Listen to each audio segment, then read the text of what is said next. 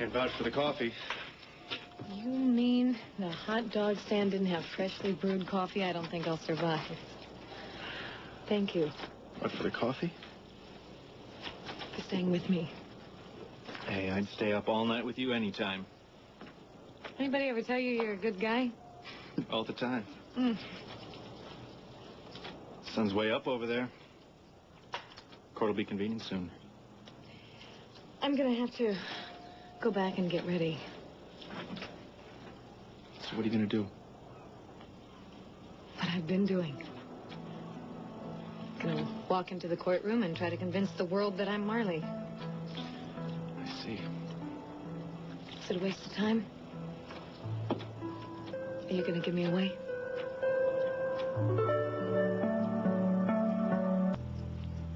Okay, I'm gonna go over this one more time. Why? You think a little sunshine and a cup of coffee would bring me to my senses? Go to Cass. Tell him what you've been doing. Tell him where Marley is and why. Let him decide what to do. I'm not telling anyone. I can't. It's Cass's job to protect Marley. I'm protecting her. Well, for how long? As long as you keep your mouth shut. You haven't listened to a single word that I've said all night. Yes, I have. I listened when you told me that you loved me. That's the truth.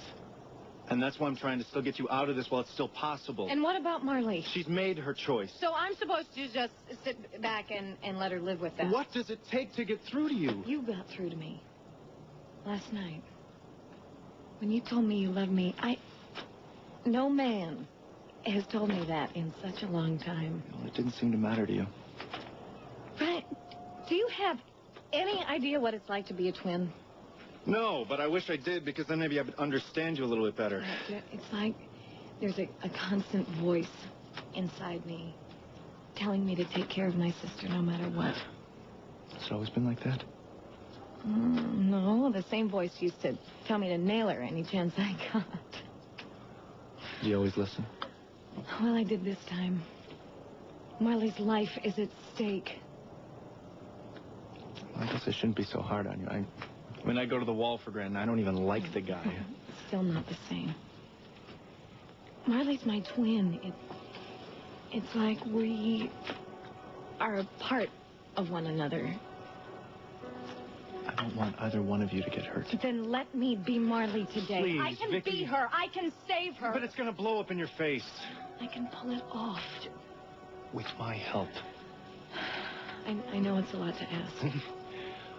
I'm an officer of the law. I'm going to be under oath. The DA isn't going to ask you about this. She doesn't even know what's going on. She will if I tell her. Oh. Just go to your father. I mean, he's a smart guy. Ask him what he thinks of what you're doing. No, this mess has already put him through enough grief. If he loves Marley as much as you do, just see what he has to say. It wouldn't matter. It's a done deal, Ryan. I just hate to see you have to go through this alone. Who's alone?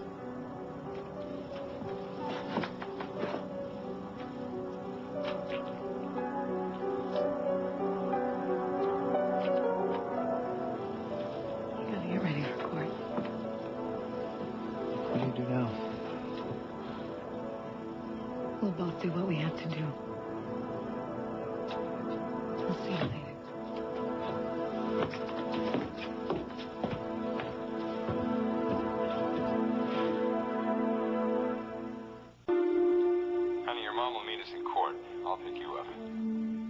No, I would really like to go alone. Really, I can get myself there. Will you bring Vicky? Won't leave home without her. Good. Look, Marley, you just hang in there. I'm trying. Cass will clear you. In no time at all, this whole thing will be behind you. That's what I keep thinking about. I love you. I love you too. Bye. Bye. Hello, Michael. Ryan. Have you talked to Vicky this morning? No, I haven't. Why? I spent the better part of last night trolling with her on the docks. You take my daughter to the nicest places. Well, she's been under an awful lot of stress lately. Well, what would you expect? I just thought it might help her if she had a chance to talk to her father. Well, your concern for my family is very heartwarming. I care about Marley and Vicky. I just don't want anything worse to happen to them. What does that mean? Oh, boy. Oh, well, I hope Ryan tells him all about the charade. Bridget, you handle my father. I'll take care of Ryan. All right, that's great. Hi. Oh, hi. Ryan, could I speak with you for a moment, please? I'm kind of busy right now. You want to tell me what's going on? Hey, Vicky. Well, Ryan upset Vicky, and she won't come to court today. Wait a minute. She missed the jury selection. Now she's not going to come to the trial? Listen, Vicky's strong. If she wanted to find a way to get here, she'd do it. What the hell is going on here? Wait, Marley hasn't been quite herself lately, you know. You can say that again. I'm getting kind of hot. Oh, good, you're here. Cass, look, you all set? Yeah, everything's fine. The judge would like to start a little early. Good, you ready to go, honey? Is Donna here yet? She's on her way. Good luck.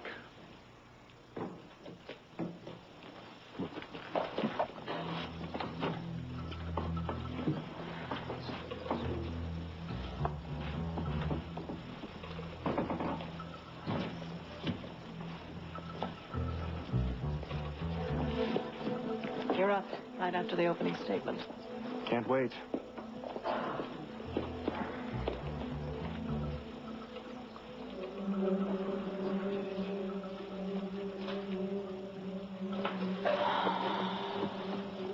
Just remember what I told you, okay? Look the jurors right in the eye, show them you're not afraid of them. Well, Let it go. All rise. The Superior Court of Bay City is in session. The Honorable Rollin Woods presiding.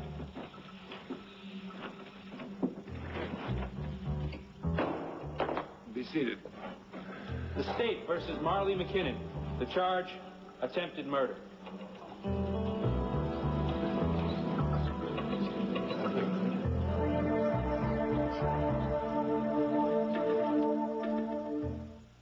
Marley McKinnon admits that she was at Jake McKinnon's loft that night. Her statement to the police places her at the scene at the time of the shooting. A strand of Marley McKinnon's hair was found on Jake's shirt. Fibers of her clothing were found under his fingernails. And blood, his blood, was found on her coat. No one else's. All these things point to a violent struggle. The state intends to demonstrate that for Marley and Jake McKinnon, the road to true love was never smooth. Their marriage initially failed when Marley accused Jake of infidelity. And so he agreed to the divorce that she wanted. After a long separation, Marley approached Jake and asked her ex-husband to resume their relationship. Again, Jake agreed, and they became engaged. Somehow this didn't seem to satisfy Marley. The state will show that during this time, Marley changed her mind about Jake again and became involved with another man. Now, when she went to the loft that night to break off the engagement, there was an argument. When Jake refused to let her easily out of his life, she shot Jake with his own gun. It's hard to believe, yes? That Marley McKinnon shot this man who lies wasting away in a coma? After all, she's attractive, well-dressed, comes from a respected family. This is a young woman who was raised with every advantage. Well, perhaps that was her undoing. Perhaps this poor little rich girl truly believed that she could make up the rules as she went along, that she would not have to answer for her actions. I submit to you that we are here to let her know that she was wrong.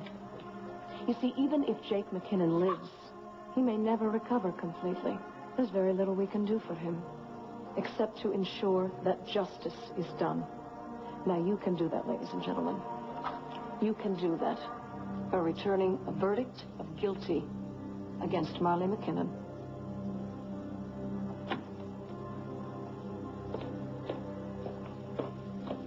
All right, boss. Wasn't bad, was it? Mr. Winthrop, your opening statement. Thank you, Your Honor.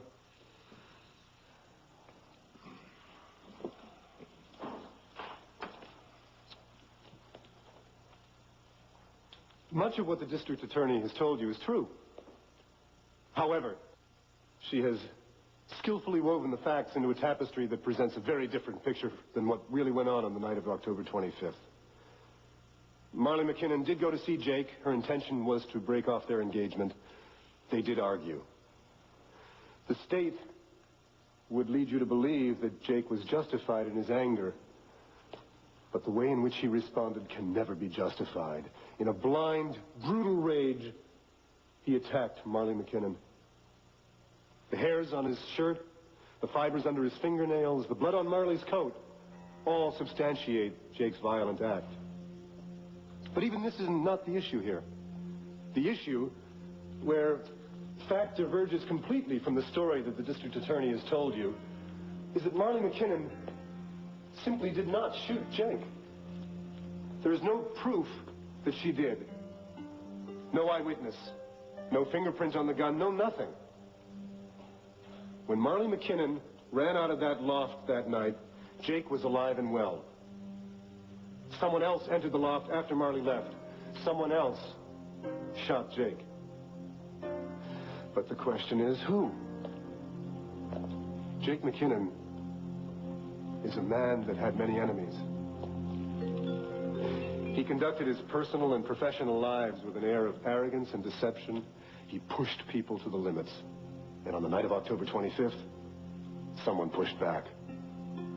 The defense will show you that there is no way to prove that Marley McKinnon is guilty beyond a reasonable doubt. That there is no shortage of potential suspects. People who had the motive and the opportunity to enter that loft that night after Marley left and attempt to kill Jake McKinnon. The district attorney suggests that my client's privileged upbringing left her a willful, spoiled brat. I will show you that nothing could be further from the truth. Marley McKinnon is a very sensitive young woman with a strong sense of responsibility and morality. The prosecution's case is built on nothing but half-truths, assumptions, and innuendo. There is not one single shred of concrete evidence to prove that Marley McKinnon shot Jake. If at any time you have even the slightest doubt that she pulled that trigger, you are sworn to set Marley McKinnon free.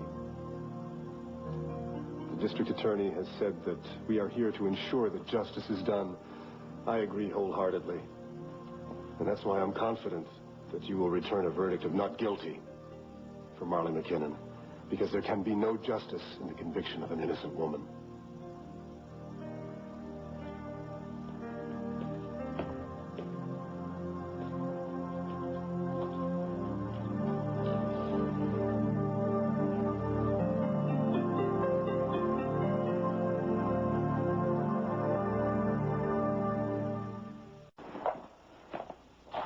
How are you, darling? I'm all right. Oh, well, I'm sorry I'm late. Donna, how did the meeting go? Oh, it was a complete waste of time. How's it going here? Well, the DA was a little intimidating, but Cass was brilliant.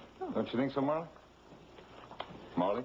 Yes, I think it was terrific. Marley, hi, how are you? Charlene, welcome back. Thank you very much. You're looking wonderful. Thank you. How's it going, Mike?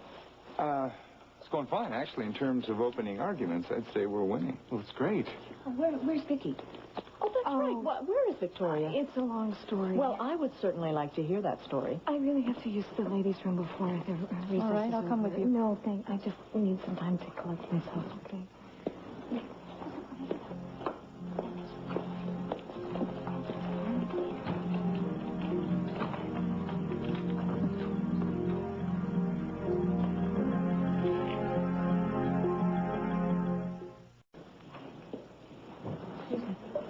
Cass. I'll talk Hi. to you later. Hi, Frank. Okay. Hi, Stace. Did you give your opening statement? Yeah, the judge wanted to start early. Oh, were you brilliant? Yeah, real brilliant. How about you? Did you get anything we can use? Half a croissant if you're hungry. Bust. They were nervous as cats. I'm sure they were all lying. I need more than that.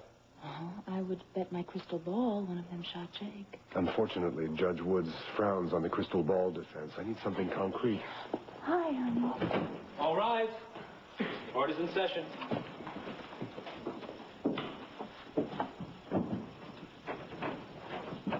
Please be seated.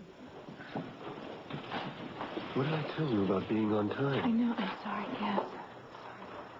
Call your first witness, Miss Graves. Yes, Your Honor. The people call Detective Ryan Harrison.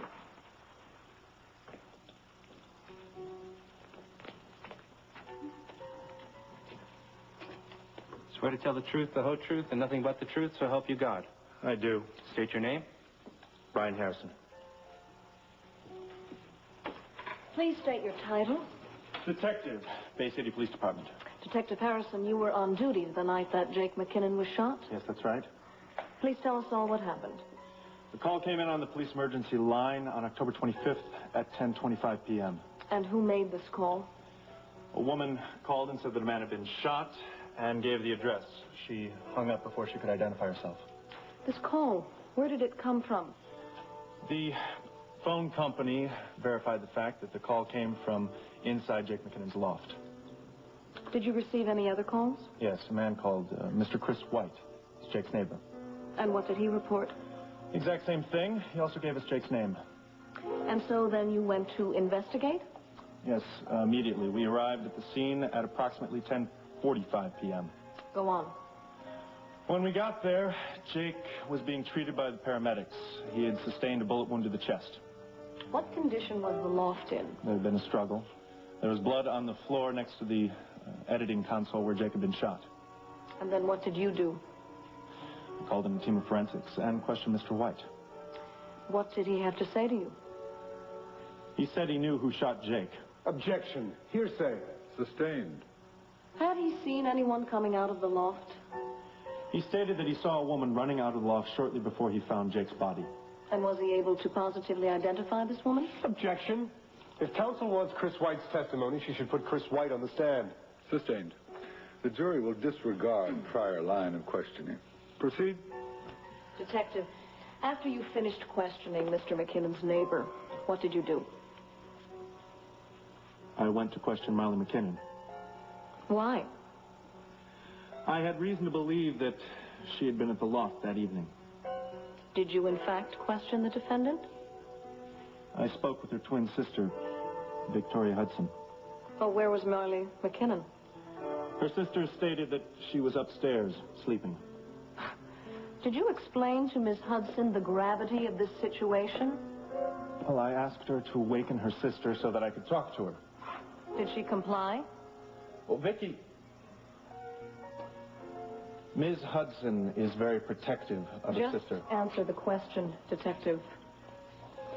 When I asked Ms. Hudson to waken her sister, she refused. So she refused to cooperate with a police investigation. Objection. Sustained. All right. Did Miss Hudson finally get her sister for you? No. Why? Well, while I was arguing with Ms. Hudson, the door opened and Marley arrived home. Mm-hmm. So she wasn't really upstairs sleeping, was she? Apparently not. Let me be perfectly clear about this. The woman who walked in the house that night, if she's in this courtroom, would you please point her out for us? Objection. These melodramatic tactics are right out of Perry Mason. Overruled. Your Honor. The element of twin sisters in this case could prove confusing. I'll allow the district attorney a degree of latitude. Detective, the woman who walked in the house that night, is she in this courtroom?